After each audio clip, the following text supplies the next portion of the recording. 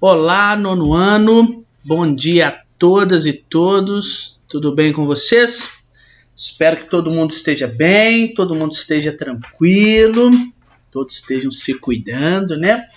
Hoje vamos dar continuidade às nossas aulas, estamos na 16ª semana, né, de trabalho remoto, de atividades remotas, e hoje vamos falar um pouquinho sobre a Federação Russa, o gigante europeu e asiático, né? A Rússia aí que ocupa a maior parte do continente asiático e europeu, tá? É um país aí com dimensões continentais. Legal, galera? Lembrando aí que nós estamos falando, né, nós estamos trabalhando o capítulo 4, vai ser a nossa última aula do capítulo 4, né, que é Europa e Federação Russa, conexões do Ocidente e do Oriente, e após essa aula eu vou fazer só algumas correções com vocês durante as lives, né, correções de exercícios, sejam eles aprendizagens, sejam os propostos, ok? E também os testes. Mas essa é a nossa aula que nos despedimos desse capítulo e também nos despedimos do nosso volume 2. E nos despedimos em grande estilo, né? Falando da Federação Russa, cercada sempre de tantos mistérios. Federação Russa que inclusive anunciou durante a semana passada, né, ter desenvolvido e já prontamente para aplicar nas pessoas, né, a vacina contra o coronavírus, dando início aí a algo muito parecido com o que nós tínhamos durante o período da Guerra Fria, né? Será que é uma Guerra Fria 2.0? Vamos lá, então vamos falar um pouquinho sobre a Federação Russa, espero que vocês gostem. Passando, olha aí, vou deixar esse mapa de fundo, pessoal. 25% do todo o território aí, da Rússia está na Europa. Então, 25% do território encontra-se na Europa. Os outros 75% do território russo... Deixa eu pegar minha mesa digitalizadora aqui, se eu precisar escrever, né? Então, 75% do território encontra-se na Ásia. É o que garante esse país estar na chamada Eurásia, né? Parte na Europa, parte na Ásia. 80% da população russa vive na parte europeia, né? O que pode ser explicado aí pelo maior dinamismo econômico europeu, pela maior qualidade de vida. As maiores cidades, né, as cidades mais desenvolvidas russas encontram-se na parte europeia, né? Moscou, São Petersburgo, né? Inclusive a capital da Rússia, Moscou, encontra-se no continente europeu. E é engraçado nós analisarmos aqui esse mapa da Rússia, é que ela faz fronteira com muitos países, né? Percebam aí, né, nesse mapa, olha só, a Rússia faz fronteira com a Mongólia, com o Cazaquistão, olha aqui, com a Finlândia, com o Japão, olha, com a China. Então a Rússia faz fronteira com muitos países, com a Ucrânia. São assim, uma infinidade de países aí para vocês entenderem o tamanho, né, a dimensão deste território que nós estamos falando, tá? E do ponto de vista econômico, fazer fronteira com muitos países é ótimo, né? É muito bom, já que isso acaba facilitando as trocas comerciais, né? As trocas comerciais aí, terrestres.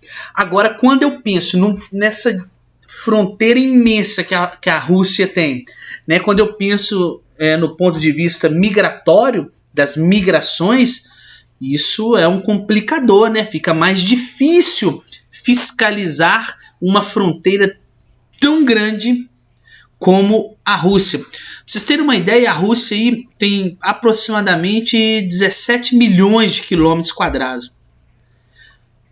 Dá 2 vezes o tamanho do Brasil.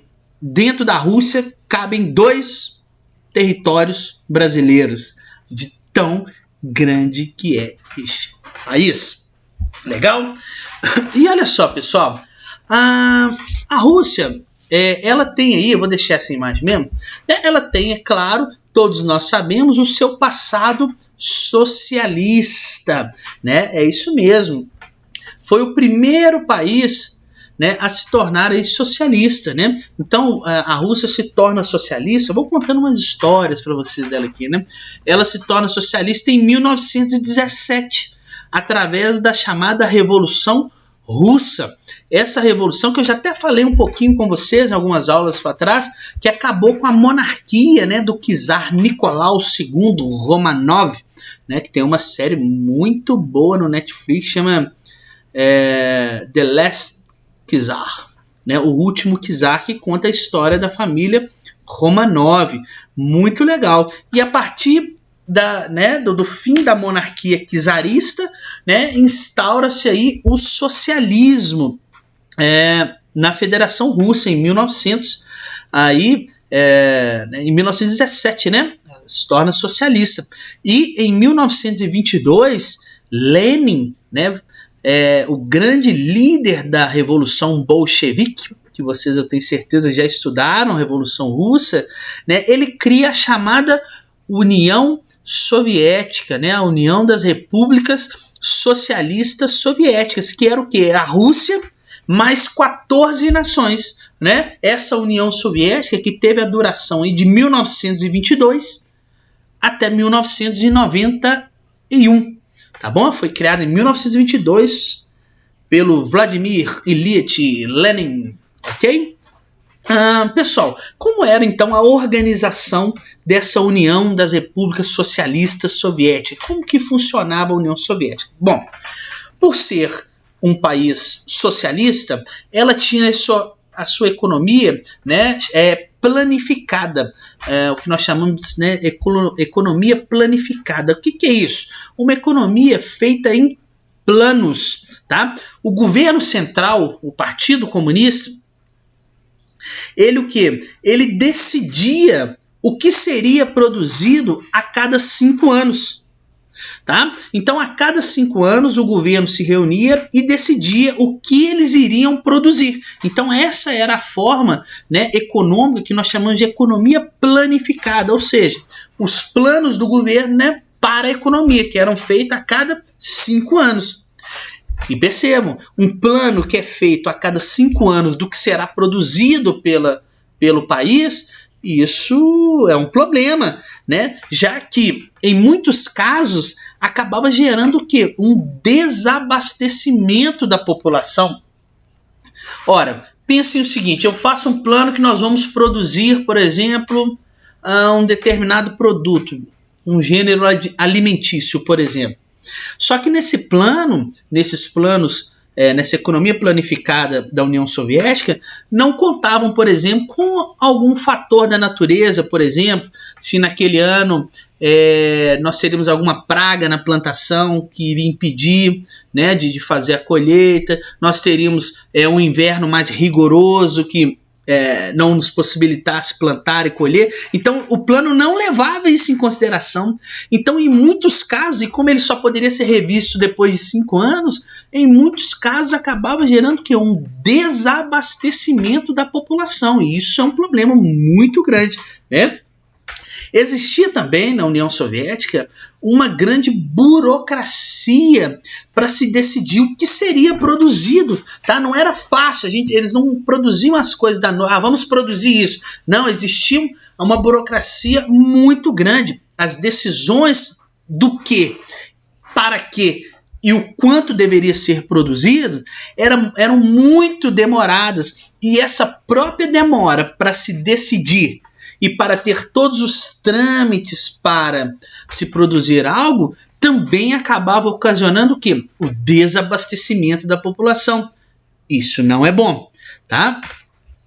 Ora, e quando eles se decidiam, quando passavam por todo o processo burocrático, né, agora vamos produzir, por exemplo, mochilas. Um exemplo bobo que eu estou falando aqui. Vamos produzir mochilas.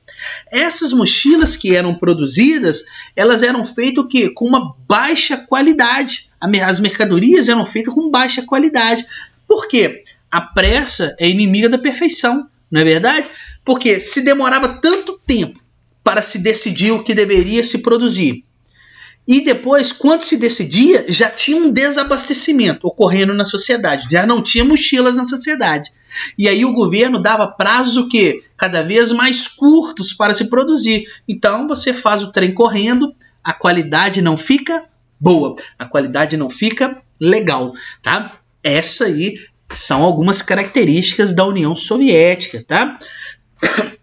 Na União Soviética também, pessoal, existia um foco, né? O foco na indústria deles era o que nós chamamos de indústria de base, que é aquela indústria que vai fabricar matéria-prima, que vai fabricar a base para outras indústrias. Ou seja, a indústria da União Soviética não tinha o foco de fabricar bens de consumo para a sociedade, mas sim fabricar bens para outras indústrias.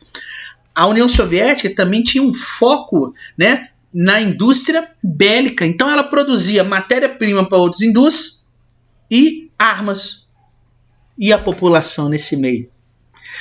A agricultura, claro, né, que existia na União Soviética, ela visava o quê? Abastecer o mercado externo, abastecer o mercado interno, tá? E as propriedades, vamos dizer assim, né? Agrícolas, né? As produções agrícolas, melhor dizendo, propriedades, não, todas as propriedades eram do Estado, né? Mas as produções agrícolas, elas se dividiam entre produções estatais e produções coletivas. Produção estatal, aquela que o governo era 100% proprietário dela e ele colocava os trabalhadores para produzir um determinado gênero alimentício e pegava aquela produção. E a agricultura coletiva era o seguinte: a propriedade era do Estado, tinha os trabalhadores que trabalhavam lá, mas parte daquela produção poderia ficar também com os trabalhadores, era dividido com os trabalhadores lá, tá? Então existiam esses dois modelos dentro da União Soviética, bem diferente do que nós estamos acostumados, né? Pessoal, bom, mas a União Soviética, ela não durou, né, ad eterno, ela não existe até hoje. Como eu falei com vocês, a União Soviética começou em 1922 e terminou em 1991. E o interessante nós pensarmos no fim da União das Repúblicas Socialistas Soviéticas é que em 1985 assumiu um cara, eu vou mostrar a foto para vocês daqui a pouco, chamado Mikhail Gorbachev, tá? E Mikhail Gorbachev assumiu em 1985, né, na década de 80, e uma década de 80 cheia de problemas. A União Soviética passava por muitos problemas quando Mikhail Gorbachev assumiu, tá? Dentre os problemas que ele assumiu, já até citei para vocês, eu tinha as crises econômicas, essas crises econômicas baseadas no desabastecimento da população, crises econômicas baseadas na defasagem tecnológica, ou seja, os aparelhos da população não tinham tanta tecnologia. Claro que eu não estou falando aí da indústria espacial, esse tipo de coisa. Isso tinha muita, né? Muita tecnologia, mas eu estou falando para a população, os bens de consumo da população não existiam, né? Não tinham tecnologia, eram produtos atrasados, arcaicos, de baixa qualidade, tá? Eu tinha crises políticas muito grandes na União Soviética na década de 80, existia uma falta de transparência do governo russo, né? Do governo, soviético, tá? Com a população, existia também uma pouca liberdade de expressão, porque as pessoas não poderiam se expressar, elas não poderiam ser contrárias ao governo, à forma de política, à forma como estava sendo levado o país. E para tentar resolver esses problemas, esse Mikhail Gorbachev, ele criou duas soluções interessantes. Ele criou o que nós chamamos de perestroika e a glasnost, tá? A perestroika é uma abertura econômica. Perestroika em russo quer dizer abertura econômica. O que era o objetivo dele fazer uma abertura econômica da União Soviética? Ele queria o quê? atrair investimento estrangeiro, ele queria atrair capital, empresas estrangeiras para dentro da União Soviética, ou seja, uma abertura para o capitalismo, né? Com isso, né, ele queria também, né, com a perestroika, a abertura econômica, aumentar a concorrência, um aumento da concorrência do mercado de trabalho. Uma reforma trabalhista que ele queria fazer, por quê? Os funcionários todos que existiam na União Soviética, eles eram funcionários do Estado, do governo. Tá? Então, como manter isso? E aí, se ele criava uma reforma trabalhista, né, as empresas poderiam ser atraídas para a União Soviética e aí elas teriam quem contratar, né, no caso, senão todo mundo seria funcionário do governo, não ia ter como. E ele também, com a abertura econômica, ele tinha como objetivo fazer uma tentativa, né, de aumentar os bens de consumo da população que vivia um desabastecimento, né? Mas ele também fez a glasnost, que eu falei com vocês. Glasnost, né, traduzindo do russo, quer dizer transparência política. O que quer dizer isso? Qual que era o objetivo dele ao fazer essa forma de política? Era o quê? Aumentar a circulação de informações, né? Aumentar a informação do governo. Ele buscava o quê? Pela liberdade de informação, pela liberdade de imprensa dentro da União Soviética, que não existia. Era um regime muito fechado. Então, com a perestroika, a abertura econômica, e a glasnost, que é a abertura política, né, ele tentou o quê? Abrir a União Soviética, né, para o mundo, abrir a União Soviética para o capitalismo. E essas aberturas, é claro, elas geraram inúmeros reflexos, né? E nem todos os reflexos dentro da União Soviética foram o quê? Positivos, né? Nós tivemos aí, quando ele começou essas aberturas, diversas independências que nós já até vimos algumas, várias nações, né, várias repúblicas dentro da União Soviética começam a declarar a sua independência. Eu tive uma maior oferta de bens de consumo, que é um ponto positivo, né, para o que o Mikhail Gorbachev fez, né? Isso é um ponto positivo, mas eu tive um aumento do desemprego, porque o governo não tinha como manter todas as pessoas mais contratadas. E as empresas que chegavam para instalar não tinham como contratar todo mundo. Então, mais pessoas desempregadas, né? Eu tive o quê? Uma piora nas condições sociais das pessoas, né? Já que muitas não tinham emprego. Tá bom?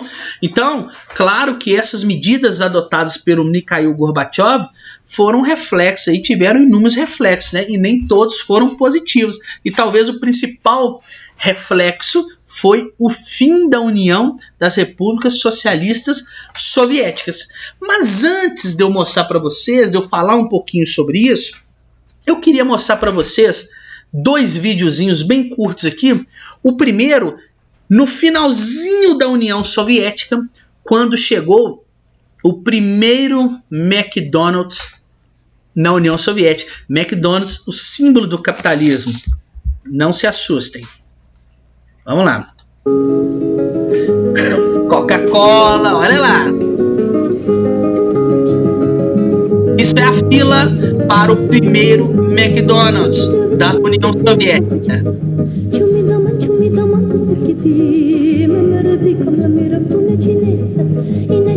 Eles não conheciam, né? Olha isso.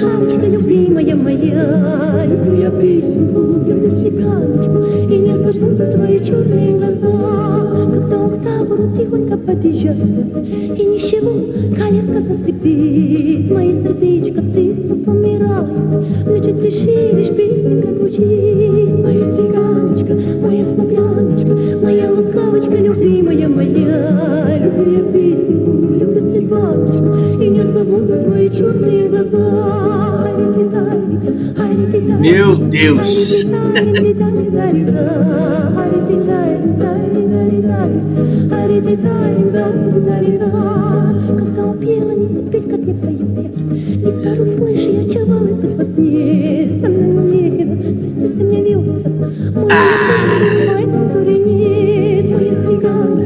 isso.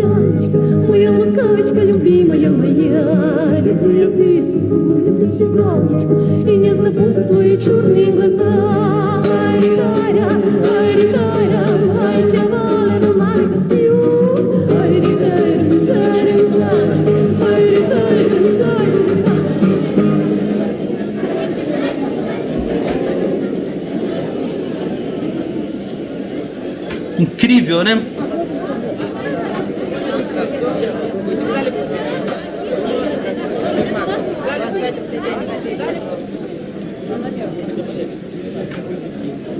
As pessoas conhecendo a Torre Eiffel, né?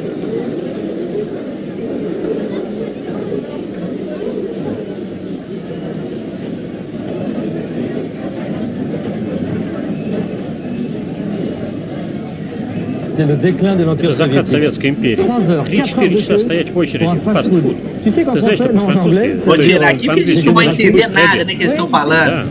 A não ser que vocês falem russo, né?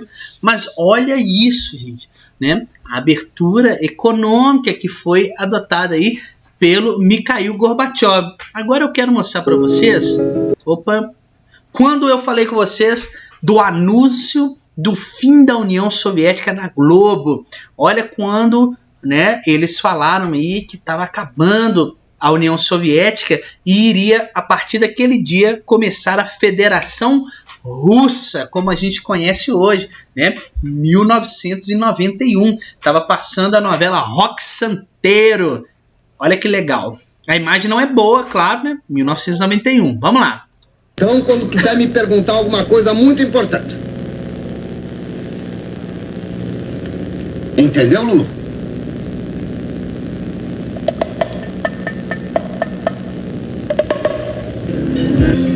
O coração até para.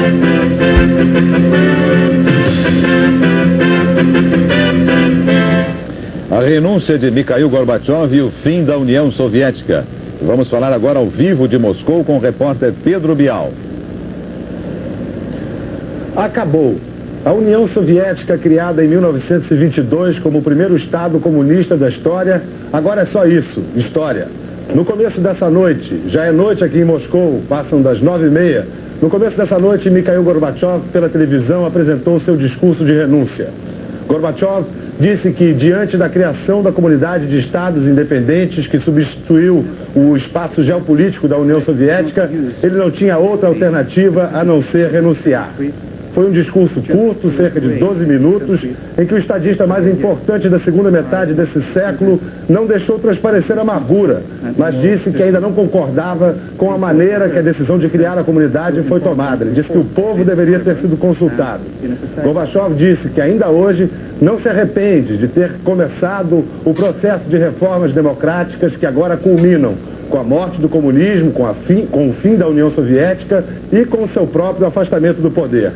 Aqui nas ruas de Moscou, a renúncia de Gorbachev foi recebida com frieza, mesmo porque Gorbachev é até hoje um herói para o mundo todo por ter interrompido a Guerra Fria, ter afastado a hipótese de uma guerra nuclear, mas para os russos ele há muito tempo passou a vilão, tinha níveis de popularidade baixíssimos.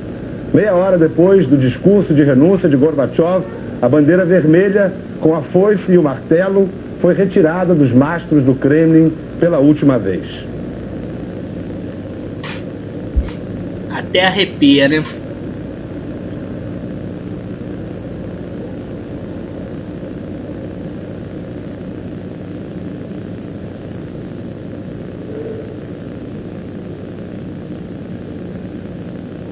Na penumbra, sem hinos, sem cerimônias, sem homenagens, partiu para sempre um símbolo que já foi temido, já foi amado, já foi odiado e que hoje vai ter lugar em museus. A bandeira branca, azul e vermelha da Rússia agora está no Kremlin e simboliza o poder nacional nas mãos de Boris Yeltsin. É um dia de Natal histórico para os russos, histórico para todo mundo. Pedro Bial, ao vivo, de Moscou. Voltamos com novas informações a qualquer momento e no Jornal Nacional.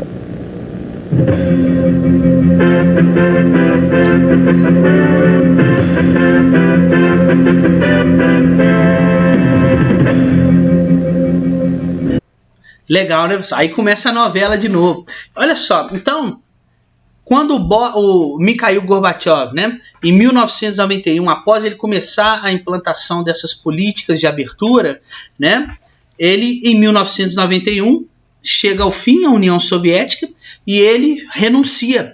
Em seu lugar, assume o novo presidente da Rússia, aí agora chamando Federação Russa, já não era mais União Soviética, né, o chamado Boris Yeltsin. O Boris Yeltsin, que governou de 1991 até 1999. Tá? Em 1999, nós tivemos uma eleição na Federação Russa e quem assumiu foi o Vladimir Putin, que está no seu atual 4º mandato. Vai governar a União Soviética até 2024. Tá? E ele já está mexendo na Constituição lá para poder continuar mais. A Rússia, pessoal, hoje, ela é conhecida por ser aí um país, até pela sua extensão territorial, né, como um grande produtor de commodities, tá bom? Commodities aí minerais, lembre-se que commodities são matérias-primas, né, com alto valor no mercado internacional, como o petróleo, o gás natural e o carvão mineral. A Rússia também é muito conhecida por ter uma frágil democracia, ou seja, existe um autoritarismo político muito grande até hoje ainda na Rússia, tá? E uma pouca liberdade de expressão. Olha que legal aqui, quer ver? Esse é o Mikhail Gorbachev, tá? Que eu falei com vocês, que assumiu, que fez a abertura, né, as aberturas econômicas e políticas, que acabou com a União Soviética e renunciou em 1991. Em seu lugar assumiu aí o Boris Yeltsin, que governou de 91 até 1999, e hoje nós temos lá o famoso Vladimir Putin, ok?